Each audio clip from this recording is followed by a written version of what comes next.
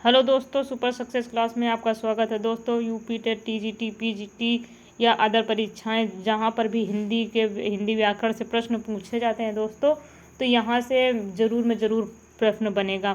तो दोस्तों, आज हम देखते हैं यूपी टीजीटी पीजीटी के लिए प्रश्न देखते हैं। तो आज हम टॉपिक हमारा क्या रहेगा, हिंदी व्याकरण से वर्णमाला से बनने वाले कुछ जो महत्वपूर्ण प्रश्न है कि जो बार बार परीक्षाओं में रिपीट होते हैं, तो वही प्रश्न आप देखेंगे हम आज। दोस्तों, दूसरा वीडियो जिसने भी पहला वीडियो नहीं देखा है तो वो दोबारा से जाके देख ले। निम्नलिखित में से कौन सा घोष वर्ण है? निम्नलिखित में से कौन सा घोष वर्ण है? तो दोस्तों, ध्यान में रखेंगे कि पहला और दूसरा, यानी जैसे का, खा, गा, घा, अंगा, तो ये लाइन होती है तो इसे हम क्या कहते हैं, वर्गीय व्यंजन। तो का एक वर्गीय व्यंजन, यानी ये पूरी लाइन का, चा, टा, ता, प, ये एक लाइन है। या इस तरीके से चले तो लाइन है, लेकिन इस तरीके से चलेंगे यानी का। और फिर क्या है, खा, तो खप चटत चटतो, खपत चटतो। तो इस तरीके से जैसे का, खा, और फिर गा, घा, घा, तो ये कर लेंगे कि पहला और दूसरा ये जो है तो ये क्या है, अघोष है। और तीसरा, चौथा, पांचवा, जैसे गा, घा, घा, यानी गा, घा, अंगा, ये जो है तो ये घोष या सघोष वर्ण है। और का, खा क्या है, हमारा अघोष वर्ण है। और दोस्तों, इसी में अल्प प्राण और महाप्राण भी होता है। तो पहला, तीसरा, पांचवा जो होगा तो ये क्या होगा, अल्प प्राण होगा। और दूसरा, चौथा क्या होगा, महाप्राण होगा। यानी अल्प प्राण कम ध्वनि जो निकले, और महाप्राण तो अधिक निकले, अघोष और सघोष। तो ये किसके आधार पर प्रकार हैं, अघोष सघोष? ये झंकार यानी नाद के आधार पर ये दो प्रकार हैं। तो इसमें कौन सा हमारा सही होगा, घोष वर्ण, यानी तीसरा, चौथा, पांचवा। तो इसमें कौन सा है दोस्तों, ये ऑप्शन सी हमारा सही होगा, माँ। अगला प्रश्न देखते हैं। निम्नलिखित में से एक वर्ण व्यंजन नहीं है, यानी इसमें व्यंजन नहीं है पूछ रहा। तो दोस्तों, ये तो पता है ना कि का से ज्ञा तक जो है हमारे तो ये व्यंजन है, और आ से आहा तक जो है ये हमारे स्वर हैं। तो दोस्तों, इसमें ऑप्शन ए में क्या है, ऊ। और दोस्तों, ये तो सब व्यंजन है, रा, खा, या, ये हमारे सभी व्यंजन हैं। तो दोस्तों, इसमें कौन सा सही होगा, ए ऑप्शन, यानी ऊ जो है हमारा तो ये व्यंजन नहीं है, ये हमारा क्या है, स्वर है। अगला प्रश्न देखते हैं। निम्नलिखित में से कौन सी ध्वनि ओष्ठ नहीं है? निम्नलिखित में से कौन सी ध्वनि ओष्ठ नहीं है? तो दोस्तों, ओष्ठ से बोले जाने वाले जो वर्ण है हमारे, यानी व्यंजन है, तो दोस्तों ये कौन से हैं, पा, फा, बा, भा, मा, ये हमारे ओष्ठ वर्ग में आते हैं। इसी प्रकार से जो ता वाली लाइन है तो ये किस में आते हैं, ये दंत में आती है। और टा वाली लाइन जो है तो ये किस में आते हैं, ये मूर्धन्य में आते हैं। चा तालव्य में, का कंठ में। तो इस प्रकार से ध्यान में रखेंगे। तो हमारा ऑप्शन इसमें कौन सा सही होगा, क्या पूछ रहा, ओष्ठ ध्वनि ओष्ठ नहीं है, तो इसमें क्या होगा, ता, क्योंकि पा, फा, बा, भा, मा ये तो हमारे ओष्ठ व्यंजन है।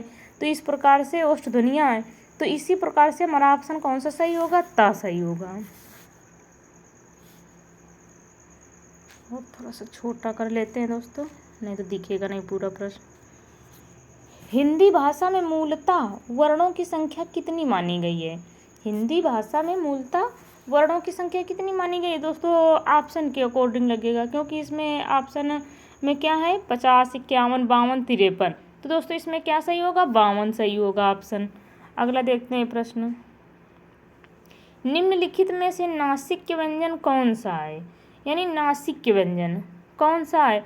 तो दोस्तों, सा, गा, जा, ये हमारे क्या है, ये नासिक व्यंजन नहीं है। नासिक व्यंजन कहते हैं किसे हैं, जैसे अंगा, इया, ना, मा, ये हमारे क्या होते हैं, जैसे अड़ा, ये हमारे नासिक व्यंजन होते हैं।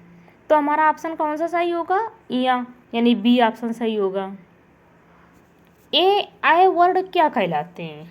ए और आय वर्ड हैं, ये हमारे क्या कहलाते हैं? हमने दोस्तों बता दिया नासिक के कौन से होते हैं, अंगा, इया, अड़ा, ना, मा, ये हमारे नासिक के व्यंजन होते हैं। और मूर्धन्य कौन से होते हैं, टा, ठा, डा, ढा, अड़ा, ये हमारे कौन से होते हैं, मूर्धन्य। ओष्ठ कौन से होते हैं, पा, फा, बा, भा, मा, ये हमारे ओष्ठ व्यंजन होते हैं। और दोस्तों, डी, अब ऑप्शन हमारा कौन सा बचा, डी, कंठ तालव्य। तो ए आय क्या है, कंठ तालव्य है, यानी कंठ और तालु से मिलाकर बोले जाते हैं। अगला प्रश्न देखते हैं।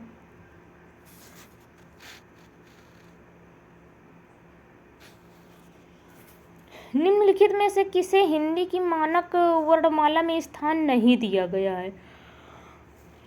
ऑप्शन ए लृ, ऑप्शन बी कृ, ऑप्शन सी श्री, ऑप्शन डी अंगा।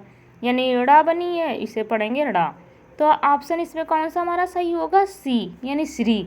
श्री को वर्णमाला में स्थान नहीं दिया गया है। अगला प्रश्न देखते हैं। निम्नलिखित शब्दों में से किस शब्द के द्वित्व व्यंजन है? यानी पुनः, इलाहाबाद, दिल्ली, उत्साह, यानी द्वित्व, 2 बार आए हैं व्यंजन एक ही प्रकार के। तो इसमें हमारा ऑप्शन कौन सा सही होगा? Delhi, option C. अगला प्रश्न देखते हैं। सा सा सा हा कौन से व्यंजन कहलाते हैं? या ये व्यंजन हमारे जो हैं तो ये ऊष्म संघर्षी व्यंजन कहलाते हैं। स्पर्शी व्यंजन दोस्तों कौन से होते हैं? का से मा तक स्पर्शी व्यंजन होते हैं। और स्पर्श व्यंजन, स्पर्शी व्यंजन दोस्तों ये एक ही बात होती है, लेकिन स्पर्शी व्यंजन ऐसे बोल देते हैं। अगला प्रश्न। छा ध्वनि किस स्वर के अंतर्गत आती है? छा ध्वनि हमारी जो है तो ये किस स्वर के अंतर्गत आती है? संयुक्त वर्ण के। छा जो है तो ये किससे मिलकर बनता है? का और सा से मिलकर हमारा छा बनता है। अगला देखेंगे प्रश्न। हिंदी शब्दकोश में छा का क्रम किस वर्ण के बाद आता है? हिंदी शब्दकोश में छा का वर्ण हमारा किस शब्दकोश के बाद में आता है? का के बाद में आता है। दोस्तों ऑप्शन ए सही होगा, क्योंकि ये का और सा से मिलकर बनता है, इसी वजह से छा जो है हमारा तो ये का के बाद में आता है। तो इसी प्रकार से दोस्तों ध्यान में रखेंगे, क्योंकि धन्यवाद दोस्तों। यदि वीडियो आपको अच्छी लगी हो तो आप लाइक करें, सब्सक्राइब करें। इसी प्रकार से वीडियो आपको कंटिन्यू मिलती रहेगी।